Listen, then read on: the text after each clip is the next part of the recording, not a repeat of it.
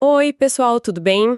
Hoje a gente vai fazer uma análise bem profunda de uma das histórias de negócio, assim, mais impressionantes do século O XX. famoso milagre japonês. Exatamente. Vamos tentar desvendar um modelo de gestão que tirou o Japão literalmente das cinzas da Segunda Guerra e o transformou numa potência global. E para guiar essa nossa conversa, a gente está usando uma transcrição de uma aula, né? Isso, uma aula do professor Duke J.J. Igami da Universidade Waseda. E a missão aqui é entender não só o que aconteceu, mas por que isso ainda importa. Seja para quem faz negócios lá ou só para quem quer aprender com um caso, assim, extremo de virada de jogo. E já de cara, o que eu achei fascinante é que não é só sobre negócios. Não, de jeito nenhum. O professor Eigami deixa isso muito claro. Para entender o sucesso de uma Toyota ou de uma Sony, você tem que entender a sociedade japonesa. É tudo conectado, então. Totalmente. Um modelo de gestão não é uma peça de Lego que você pode só copiar e colar em outro lugar. É um ecossistema. É um ecossistema completo, perfeito. Faz todo sentido. E para começar a desembrulhar isso, o professor divide o interesse no assunto em dois grandes grupos. Certo. O primeiro é o pessoal que já está lá. Gente que trabalha em empresas japonesas ou que simplesmente vive no Japão. E para essa galera, entender o modelo não é um luxo, né? Não é uma necessidade. A análise fala que o sistema de gestão está profundamente enraizado no ecossistema de negócios, social e político. E essa ideia de profundamente enraizado é a chave de tudo. Como assim? Não estamos falando de um conjunto de técnicas que você aprende num fim de semana, sabe? É um sistema holístico, quase orgânico. Ah, entendi. É por isso que muitos executivos estrangeiros chegam lá e batem numa parede invisível. Tentam implementar mudanças que parecem lógicas. Exato. E esbarram numa resistência que eles não entendem de onde vem, porque a lógica é outra. E a analogia que o professor usa para isso é ótima. Ele diz que tentar criar uma estratégia nova sem entender essa base É como que? é como querer reformar um prédio sem ter a planta da fundação. Nossa, perfeito. Você pode acabar derrubando uma viga de sustentação sem querer. E isso, você precisa saber onde estão os pilares, senão a casa toda cai. E esses pilares são coisas bem concretas, né? Tipo a ideia de emprego vitalício, o Shushinkoyo, que por décadas deu uma estabilidade e uma lealdade imensas. Ou a estrutura dos keiretsu, aqueles conglomerados gigantes. Exatamente. Onde um banco, uma indústria, uma trading, todos trabalham juntos, quase como uma família. Tentar aplicar uma lógica puramente ocidental ali, Não funciona. simplesmente não funciona. Você está ignorando a fundação do prédio. Ok, então para o pessoal que está imerso na cultura, a lição é: entenda a fundação para poder construir algo em cima. Perfeito. Mas e para quem está de fora? O segundo grupo. Pessoal de economias emergentes, por exemplo. O que a fonte diz para eles? Para esse grupo, o Japão vira um laboratório espetacular de desenvolvimento nacional. Um estudo de caso. Um baita estudo de caso. A grande lição, segundo a análise, é sobre como construir uma potência econômica global em condições, assim, terríveis. É mostrar que é possível. É mostrar que é possível chegar ao topo sem ter um monte de recurso natural. Partindo de uma destruição quase total, sabe? Para qualquer país em desenvolvimento hoje, essa é uma mensagem muito poderosa. E é aqui que a conversa fica realmente impressionante. Para a gente ter noção do tamanho do milagre, a gente precisa visualizar o ponto de partida. Que era muito, muito baixo. A aula do professor Eigami lista uma série de condições desfavoráveis que são de cair o queixo.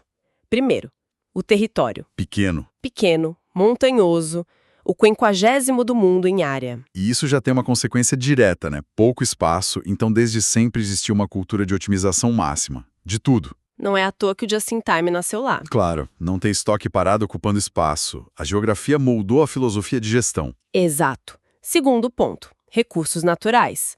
A lista do que o Japão não tem é... Gigantesca. É aquele paradoxo da maldição dos recursos, né? Muitos países ricos em recursos acabam negligenciando educação e inovação. E o Japão fez o contrário. Exato.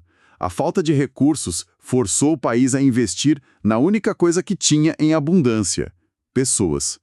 O capital humano virou o principal recurso natural deles. E o ponto de partida disso tudo foi o final da Segunda Guerra. A fonte é bem gráfica ao descrever as cidades como completamente reduzidas a cinzas. Uma destruição total. Mas aí sempre fica aquela pergunta, né? Para reconstruir precisa de capital. De onde veio esse dinheiro inicial para ligar as máquinas de novo? Ótima pergunta. Teve sim uma ajuda americana no início, na ocupação, para garantir a estabilidade, evitar a influência soviética. Certo. Mas a análise do Igami e de outros historiadores mostra que o motor principal foi interno. Foi uma combinação de taxas de poupança altíssimas da população. Que financiavam os bancos. Isso. Que, por sua vez, financiavam a indústria em projetos de longo prazo com juros controlados pelo governo. Era uma máquina de reinvestimento nacional muito bem orquestrada. Uma máquina que funcionou numa velocidade alucinante. Totalmente. O dado que a transcrição traz é inacreditável. Em 1969, menos de 25 anos depois de estar em ruínas, O Japão já era a segunda maior economia do mundo. em PIB. É um ritmo de crescimento que desafia a lógica. Desafia completamente. E se a subida foi rápida, o pico foi... Dominante. Para ilustrar isso, o professor Igami usa os dados de capitalização de mercado de março de 1989. E esses números são absurdos. É um retrato de um mundo que parecia que ia ser japonês para sempre. Naquele ano, das 10 empresas com maior valor de mercado no planeta, 8 eram japonesas. 8 de 10. Pensa nisso hoje. É inimaginável. E não para por aí. Se a gente pega a lista das 30 maiores, Eram 21. 21 das 30 maiores empresas do mundo eram japonesas.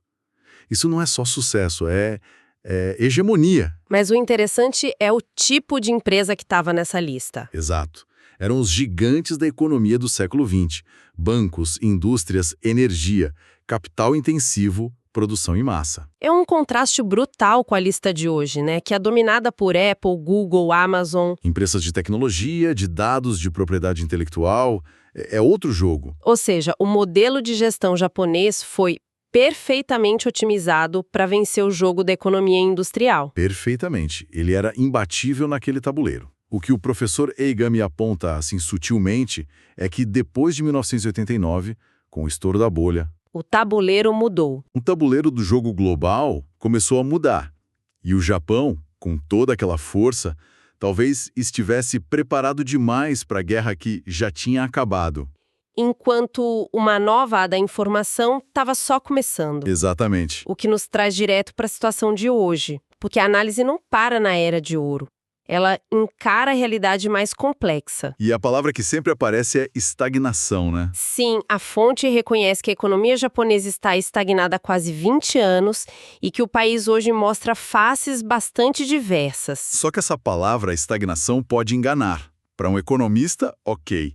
Significa baixo crescimento do PIB. Mas e para a sociedade, na prática? O que isso significa no dia a dia? O que a fonte faz muito bem é questionar essa narrativa simplista do Japão perdido. Talvez não seja um país perdido, e sim um país que amadureceu e agora opera com outras prioridades. Exato. A análise traz vários contrapontos a essa ideia de declínio. Primeiro, apesar de tudo, o Japão ainda é a terceira maior economia do mundo. Não é um ator coadjuvante, longe disso. E segundo, que talvez seja até mais importante para quem vive lá, é uma sociedade descrita como bastante estável e pacífica. E essa estabilidade social é um ativo, um intangível, de um valor imenso. Algo que muitas economias de crescimento rápido hoje não têm. É um legado daquele sistema antigo, de certa forma. Em parte, sim. O sistema que valorizava o emprego de longo prazo, a coesão, ele se adaptou para manter a estabilidade. E os dados que a fonte traz pintam bem esse quadro, né? Pintam. O Japão é o 10º lugar mais seguro para se viver, segundo o Global Peace Index. No National Brand Index, que mede a percepção da marca de um país, ele fica em 4º. A imagem internacional continua extremamente forte. São indicadores de soft power, de qualidade de vida, que mostram que o país entrega resultados excelentes em outras áreas. E tem um detalhe na transcrição que eu achei fantástico. Qual? O aeroporto de Haneda, em Tóquio, é o mais pontual do mundo. A fonte até brinca que se pode desfrutar de tempo e viagem sem estresse no Japão. É um pequeno exemplo que diz muito sobre o todo. Diz tudo. Imagina a tranquilidade de ir pro aeroporto sabendo que a chance de atraso é mínima. Pois é, e esse exemplo se conecta com a filosofia maior. A pontualidade de Haneda é o Kaizen, a melhoria contínua aplicado à logística de um aeroporto. É o mesmo princípio da linha de montagem da Toyota. O mesmíssimo. A eficiência não sumiu. Ela só foi redirecionada do crescimento explosivo para a manutenção da qualidade de vida. Então, para a gente amarrar tudo isso, a gente viu uma jornada épica. De uma nação em ruínas, A uma superpotência dominante e depois um período de aparente estagnação que, na verdade, é bem mais complexo. é sobre maturidade.